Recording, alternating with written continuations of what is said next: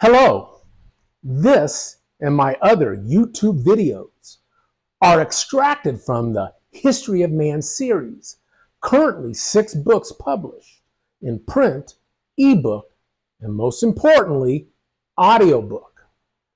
I'm a storyteller, and if you like these video stories, you'll love the History of Man series audiobooks. Great for commuting, or just sitting back and relaxing. And unlike a novel you've read where you know the ending, you can listen to these books on tape more than once. There's so much to learn. Available on Amazon and audible.com, I narrate the audiobooks. And the best part about that is you can listen to these stories without having to look at my stupid face. And with that said, let's get the show on the road. Hello, I'm John Bershoff with another History of Man series video. Today's topic, Bruce Willis, Armageddon, and Asteroids. Before waxing poetic on the scientific merits of Bruce Willis and his space cowboys blowing up a global killer asteroid heading for Earth in the 1988 film Armageddon, a little solar system anatomy is needed. Now you got the sun at the center, then the 4 terrestrial planets, Mercury, Venus, Earth, Mars, called terrestrial or terra because they all possess a solid surface you can stand on, composed mostly of silicate rock with molten cores of metal like iron.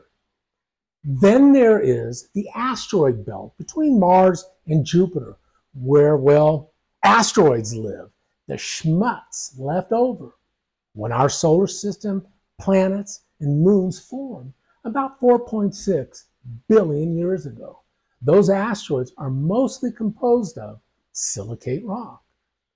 Next come Jupiter, Saturn, Uranus, Neptune, the 4 gaseous planets. Not because they ate beans, but because they have no solid surface to stand on. They are mostly comprised of ever-increasing density of hydrogen and helium gases. You could not land a space probe on them. You could sink a probe into them, but not land on them. After Neptune comes the trans-Neptunian objects, or TNO, also termed the Kuiper Belt, where the short-period comets live, like Halley's Comet, which can be seen from Earth every 75 to 79 years. Now, Halley didn't discover the comet that bears his name. He did, however, determine it was a comet appearing about every 78 years or so. So it is named after him. Comets are composed mostly of other schmutz leftovers, such as icy frozen water, dust, tiny rocks. They're basically dirty ice balls. Short period comets that live in the Kuiper Belt take about 200 years to orbit the sun once. The Kuiper Belt is also where Pluto lives, once the 9th planet, being demoted from planetary status because, quite simply, it lives in the Kuiper Belt. It behaves more like a trans-Neptunian object, a planetoid, or a dwarf planet than it does a real big boy planet. In fact, Pluto sometimes orbits closer to the sun than Neptune, changes lanes, so to speak, which would be uncharacteristic of a planet, but quite characteristic of a trans-Neptunian object. Pluto is about 70% rock and 30% ice water. After the Kuiper Belt is the Oort cloud, never actually seen but theorized. It is where long-period comets come from, where they live. The most famous is Hale-Bopp, which takes several thousand years to orbit the sun once. Hale-Bopp was last seen from Earth in 1996. It is due to be seen again in the year 4385. Where's a time machine when you need one? A meteor, M-E-T-E-O-R, by the way, is either a comet or a small asteroid. Now, it is a definition thing. A meteoroid, M-E-T-E-O-R-O-I-D, oid, is a meteor that hits the Earth's atmosphere. And if that oid survives a trip through the atmosphere and hits the ground, it is called a meteorite. Meteor, oid, and ite. But important for our discussion is that all these objects, from Mercury nearest the sun to Hale-Bopp and friends in the Oort cloud, are held in orbit by the gravitational pull of the sun. Everything orbits the sun. Asteroids don't just haul off one day and decide to make a beeline for Earth. Asteroids in the asteroid belt are cruising along at 50,000 miles per hour and are 100 to 200 million miles away, held pretty firmly in their gravitational solar orbit. If an asteroid abruptly left its solar orbit and headed straight for Earth at 50,000 miles per hour, it can't do that. But if it could, it would take about 100 days to hit Earth, and which is sort of what the 1988 film with Bruce Willis, Armageddon, was based on. Although in the film, Bruce Willis was only given 18 days to blow up that said rock. But the point is, asteroids don't just decide one day to leave the reservation and strike Earth. It doesn't work that way. Asteroids in the asteroid belt are in orbit around the sun, just like Earth. They are bound by their harmonics. However, there's always a however, there are such things as near-Earth asteroids and Earth crosser asteroids. Now, near-Earth asteroids have a trajectory around the sun that brings them close to Earth, relatively speaking, meaning 40 million miles away. For comparison, Mars is also 40 million miles away from Earth, which places Mars right at the edge of the asteroid belt, right at the edge of the near-Earth asteroids.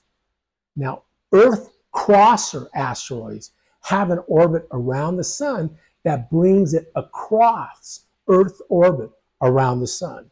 You can imagine a collision like a car running a red light and T-boning another car.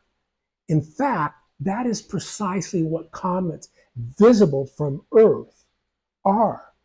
Earth is going along its solar orbit, plowing through the tail of an icy comet, those debris lighting up in the sky.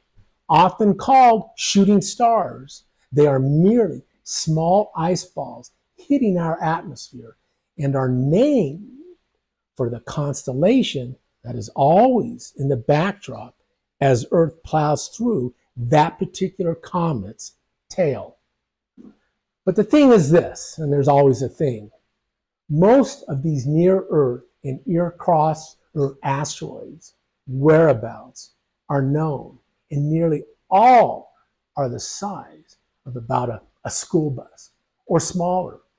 If a school bus size asteroid were to hit Earth, it would burn up in the atmosphere. It would take a huge asteroid, a Texas-sized asteroid, to survive Earth entry and cause some real damage. Ceres, the largest asteroid in the asteroid belt, sometimes called a dwarf planet, is 600 miles in diameter. That's the size of Alaska.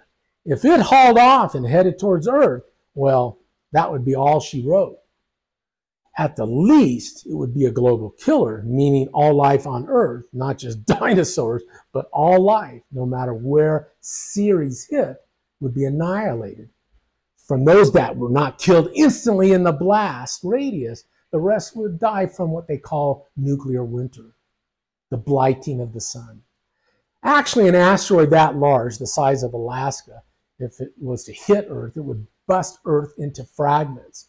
If Earth collided with Ceres, there would not be much left but celestial dust. Our own moon is thought to have resulted from a huge asteroid striking Earth in the early heydays of our solar system and knocking off enough of Earth's crust, debris, into space that then coalesced into our moon and became locked into orbit. Now, how do we know our moon came from Earth crust?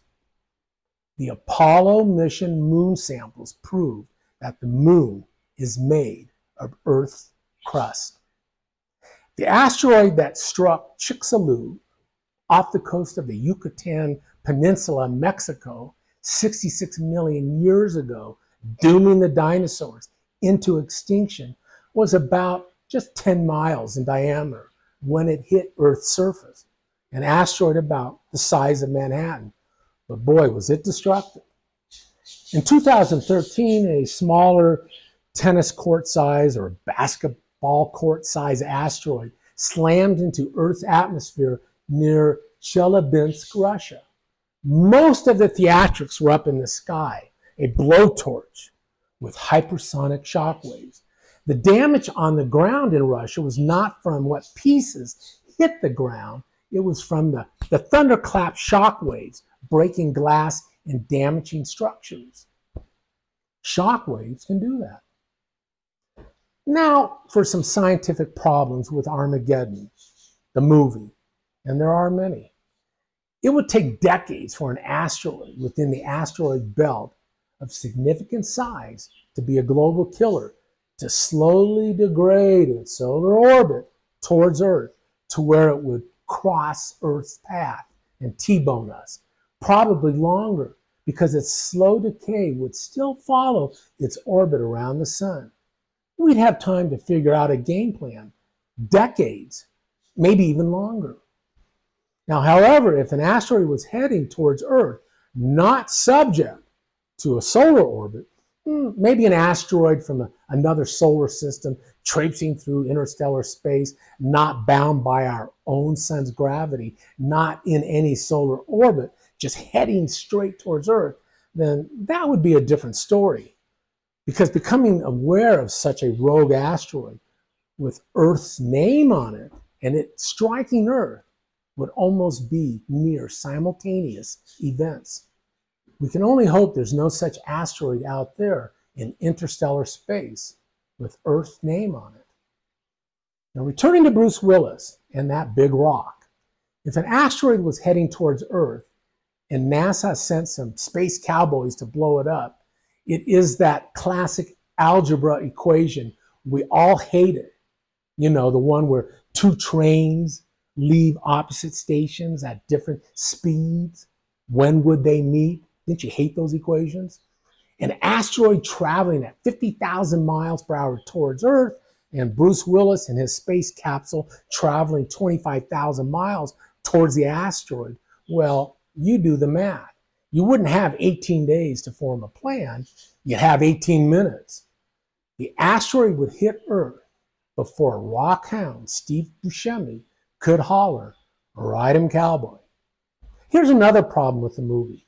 In order to land on an asteroid, the space cowboys would first need to go into orbit around the asteroid. They can't just match their speed of 25,000 miles per hour with the speed of the asteroid at 50,000 miles per hour. It doesn't work that way. The Japanese spacecrafts Hayabusa 1 and Hayabusa 2 took several years to reach near-Earth asteroids, and then they had to go into orbit around the asteroid before landing on them. Several years it took Hayabusa to land on an asteroid, not 18 days. And the list of Hollywood license in the movie Armageddon goes on. Although the concept of drilling a hole into the center of an asteroid and setting off a nuclear bomb to split it in half is scientifically conceivable, it'd be like the difference between setting off a firecracker on the palm of your hand or close your fist around the firecracker. Open hand, firecracker, you get a burn. Fisted hand, you lose a few fingers. But to drill a hole into an asteroid for a nuke, into the center of that asteroid, like 5 miles deep, is a horse of a different color. It would take time to drill a hole that deep. The Russian Kola super deep borehole started in 1970, took 20 years to drill a tiny diameter hole 40,000 feet or 8 miles deep into Earth's crust. Bruce Willis is a badass, but they only drilled their hole a mere 800 feet, which still would take several days, if not several weeks, to go that deep, and would not have been deep enough to hit the center of a global killer asteroid that would be the size of Manhattan. They would have needed to drill their hole several miles deep, which would take a decade or so. The current best option, if it is determined an asteroid will cross Earth's path with Earth, to T-bone us, is to send spacecrafts with multiple nuclear warheads to explode simultaneously next to or land on and explode on the asteroid, altering its trajectory. Landing Bruce Willis on the asteroid to dig a hole in which to place said nuke ain't going to happen. Bruce Willis is a great actor. He was diagnosed with frontotemporal dementia in 2022, mostly presenting initially with what's called an expressive aphasia, difficulty constructing words, phrases, sentences. As I write this blurb in early 2024, Bruce Willis, I understand, is no longer able to communicate. However diminished he has become, he is still in our minds an action hero. Always will be. With much fondness, I end this video in the immortal words of Bruce Willis. Yippee-ki-yay. History of Man series, 6 books out, print, ebook, and audio book, and I do the narrating. I hope you enjoyed this. You'll enjoy the audio books. They're great to listen to. Thank you very much, and be well, and have a good day.